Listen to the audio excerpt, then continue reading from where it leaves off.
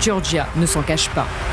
Moi, je crois que Mussolini, c'était un bon politicien. C'est-à-dire que tout ce qu'il a fait, il l'a fait pour l'Italie. Jean-Luc Mélenchon contre la ministre de l'Enseignement supérieur, Sylvie Retailleau, porte plainte pour injure publique contre le leader insoumis. Elle l'accuse d'avoir comparé le président de l'université de Lille au nazi Adolf Eichmann. Jean-Luc Mélenchon conteste. À quelques semaines des élections européennes, la France insoumise doit gérer une nouvelle polémique. Oui, la présence de la militante franco-palestinienne controversée Rima Hassan sur la liste pour le scrutin du 9 juin était déjà un point sensible et les choses ne vont pas s'arranger, loin de là. La jeune femme de 31 ans est convoquée par la police en audition libre pour apologie du terrorisme. Est-ce que cette convocation vous paraît légitime ? Non, très honnêtement, je pense que tout le monde est au fait de ces recours assez abusifs de cette procédure. Je ferai tout durant les 5 années qui viennent pour qu'il n'ait plus aucune raison de voter pour les extrêmes.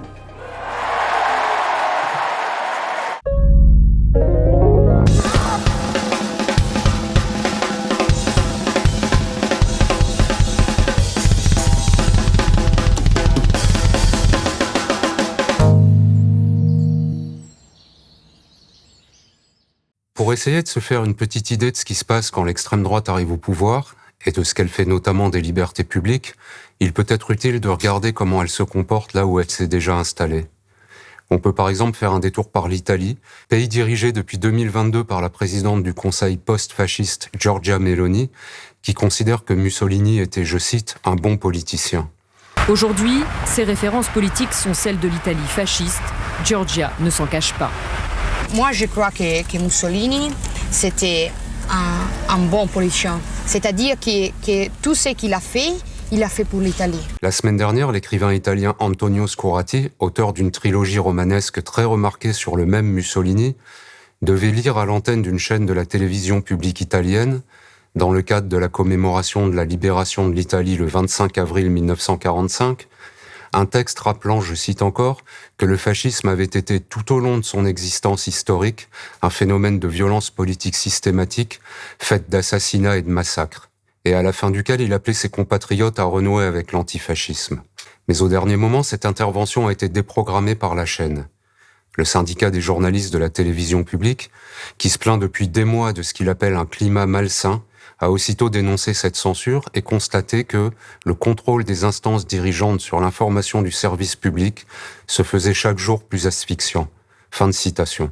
Giorgia Meloni, quant à elle, a évidemment nié toute censure et a déclaré que ceux qui ont toujours été ostracisés et censurés par le service public ne demanderont jamais la censure de qui que ce soit, pas même de ceux qui pensent que leur propagande contre le gouvernement devrait être payée avec l'argent public. Cette déclaration est intéressante à plus d'un titre. Elle l'est d'abord parce qu'elle nous renseigne utilement sur la décontraction absolue de cette dirigeante d'extrême droite qui explique très sérieusement, immédiatement après qu'une intervention d'un écrivain antifasciste a été censurée, que cette intervention n'a bien sûr pas été censurée.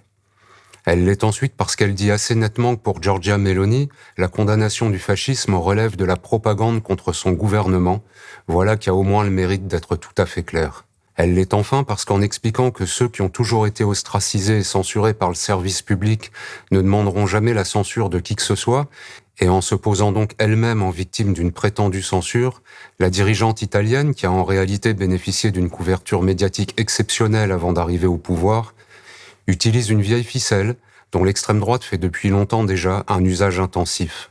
De ce côté-ci des Alpes, on se rappelle par exemple que Jean-Marie Le Pen, à l'époque où il présidait le Front National, avait fait confectionner des affiches où il apparaissait bâillonné et qu'il passait son temps à répéter qu'on voulait le faire taire, alors même qu'il était de plus en plus régulièrement invité dans les médias. L'éditocrate Éric Zemmour a lui aussi passé de longues années, avant de se lancer pour de bon en politique, à se poser en victime de la censure.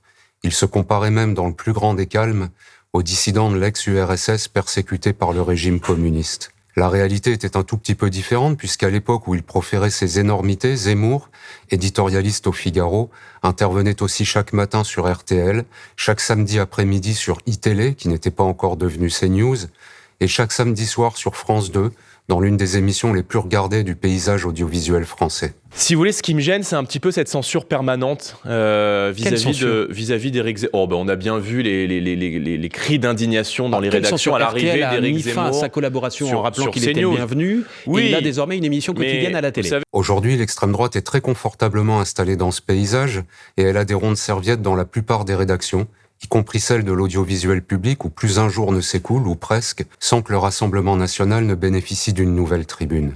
Mais ça ne l'empêche pas de répéter sur tous les tons qu'on ne peut plus rien dire, et que les chaînes de la radio et de la télévision publique sont des repères de gauchistes. En somme, à chaque fois qu'elle est dans l'opposition, l'extrême droite se pose en victime d'une censure imaginaire. Mais à chaque fois qu'elle est au pouvoir, comme vient encore de le montrer l'annulation de l'intervention d'Antonio Scorati, elle pratique une censure tout à fait concrète, tout en expliquant que jamais elle ne commettra de telles bassesses. Venons-en maintenant à ce qui se passe en France où l'extrême droite n'est pas au pouvoir. Tout récemment, et en l'espace de quelques jours, l'Université de Lille a annulé une conférence de Jean-Luc Mélenchon et de la juriste franco-palestinienne Rima Hassan, qui sont tous les deux candidats sur la liste de la France insoumise aux élections européennes du 9 juin prochain. Cette conférence devait porter sur le massacre en cours à Gaza, où plus de 34 000 Palestiniens, dont 70% de femmes et d'enfants, ont déjà été tués par l'armée israélienne. Son interdiction, qui venait après plusieurs autres, a ensuite été confirmée par le préfet du Nord. Jean-Luc Mélenchon a alors réagi un peu vivement en comparant le président de l'Université de Lille au dignitaire nazi Adolf Eichmann, comparaison sur laquelle il est ensuite revenu pour expliquer que son intention était de rappeler que certaines lâchetés administratives pouvaient parfois conduire au pire. Des faibles, ceux qui, dans la chaîne interminable du mal, signent un papier pour organiser un convoi SNCF, qui signent des papiers pour donner des ordres à la police. Moi, je n'ai rien fait, disait Eichmann. Je n'ai fait qu'obéir à la loi telle qu'elle était dans mon pays. Alors ils disent qu'ils obéissent à la loi et ils mettent en œuvre des mesures immorales qui ne sont justifiées par rien ni personne. Après l'interdiction de la conférence de Lille, une marche contre l'islamophobie et le racisme et pour la protection des enfants de Gaza a été interdite par la préfecture de police de Paris. Puis, Rima Hassan a été convoquée par la police pour apologie du terrorisme en raison de certains de ses propos sur la situation à Gaza. Puis, Mathilde Panot, présidente du groupe Insoumis à l'Assemblée nationale, a été convoquée par la police pour apologie du terrorisme en raison d'un texte publié par son parti après l'attaque perpétrée par le Hamas le 7 octobre 2023. Est-ce que cette convocation vous paraît légitime ?